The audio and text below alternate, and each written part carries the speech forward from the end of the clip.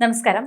Yemen തലസ്ഥാനമായ സനായിലെ ഐക്യരാഷ്ട്രസഭയുടെ ഓഫീസുകളിൽ അതിക്രമിച്ചു കയറി ഹൂതികൾ എത്തിയിരിക്കുന്നു. 11 ജീവനക്കാരെ കസ്റ്റഡിയിൽ എടുക്കുകയും സ്വത്തുക്കളൊക്കെ കണ്ടുകെട്ടുകയും ചെയ്തതായി തന്നെ UN ഉദ്യോഗസ്ഥർ പറയുന്നുണ്ട്. വേൾഡ് ഫുഡ് പ്രോഗ്രാം അതായത് WFP, വേൾഡ് ഹെൽത്ത് ഓർഗനൈസേഷൻ അതായത് WHO, യുനിസെഫ് എന്നിവയുടെ ഓഫീസുകളിലാണ് ഹൂതികൾ റെയ്ഡ് നടത്തിയത്. ജീവനക്കാരെ കസ്റ്റഡിയിലെടുക്കുന്നതിന് മുൻപ് ഇവരെ ചോദ്യം ചെയ്തതായും റിപ്പോർട്ടുകളുണ്ടെന്ന് പറയാം. UN സെക്രട്ടറി ജനറൽ ആന്റണിയോ ഗുറ്ററസും അതിക്രമം സ്ഥിരീകരിച്ചിട്ടുണ്ട്. ഐക്യരാഷ്ട്രസഭയുടെ പരിസരത്തേക്ക് നിർബന്ധിതമായി തന്നെ കടന്നുകയറുന്നതിനെയും സ്വത്തുക്കൾ കണ്ടുകെട്ടുന്നതിനെയും തന്നെ അപലപിച്ച അദ്ദേഹം ഉദ്യോഗസ്ഥരെ ഉടനടി നിരുപാധികമായി വിട്ടയക്കണമെന്നും ആവശ്യപ്പെട്ടു. ഹൂതി നിയന്ത്രണത്തിലുള്ള പ്രദേശങ്ങളിലുടനീളം തങ്ങളുടെ ജീവനക്കാരുടെ എണ്ണം കണക്കാക്കുന്നുണ്ടെന്ന് യുനിസെഫും അതുപോലെ തന്നെ WFPയും അറിയിച്ചു. കഴിഞ്ഞ ദിവസം ഇസ്രായേൽ ആക്രമണത്തിൽ യമനിലെ ഹൂതികൾ നയിക്കുന്ന സർക്കാരിന്റെ പ്രധാനമന്ത്രിയും ചില മന്ത്രിമാരും കൊല്ലപ്പെട്ടിരുന്നു. ഇതിനു പിന്നാലെയാണ് ഐക്യരാഷ്ട്രസഭ ഓഫീസുകളിൽ തന്നെ അതിക്രമിച്ചു കയറി ഹൂതികൾ റെയ്ഡ് നടത്തുന്നത്. ഇസ്രായേലിന് ശക്തമായ തിരിച്ചടി കൊടുക്കുമെന്ന് ഹൂതികൾ മുന്നറിയിപ്പ് നൽകിയിട്ടുമുണ്ട്. ഗസയോടുള്ള ഇസ്രായേലിന്റെ തന്നെ സമീപനത്തിലാണ് അവരുമായി ഹൂതികൾ യുദ്ധമുഖം തുറന്നിടുന്നത്. ഇസ്രായേലിലേക്ക് തന്നെ റോക്കറ്റുകൾ വിക്ഷേപിക്കുകയും ചെങ്കടൽ വഴിയുള്ള കപ്പലുകൾ തടസ്സപ്പെടുത്തുകയും കേടുവരുത്തുകയും ചെയ്യുന്നുണ്ടെന്ന് ഹൂതികൾ തന്നെ പറയുന്നു.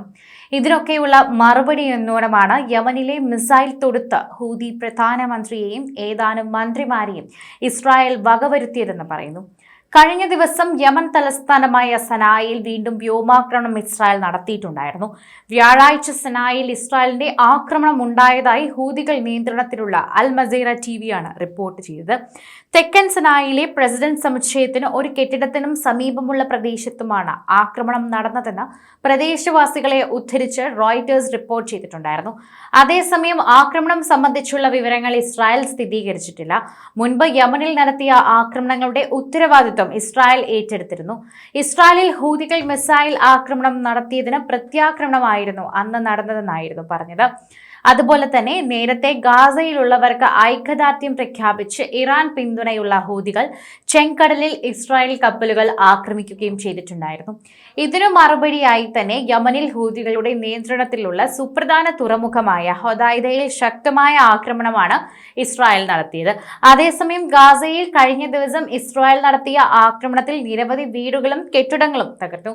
നിരവധി പേർക്ക് പരിക്കേൽക്കുകയും കുടിയിറക്കപ്പെടുകയും ചെയ്തു. ഇന്നലെ യുദ്ധത്തെക്കുറിച്ച് അമേരിക്കൻ പ്രസിഡന്റ് ഡൊണാൾഡ് ട്രംപിന്റെ നേതൃത്വത്തിൽ നടത്തിയ ചർച്ചകൾക്ക് മുന്നോടിയായിരുന്നു ആക്രമണങ്ങൾ നടന്നത്. ഗാസ സിറ്റിയുടെ വടക്കേ അറ്റത്തെ നഗരമായ എബാദ് അൽ റമാനിലേക്ക് ഇസ്രായേൽ ടാങ്കുകൾ പ്രവേശിക്കുകയും ഷെല്ലാക്രമണം നടത്തുകയുമായിരുന്നു.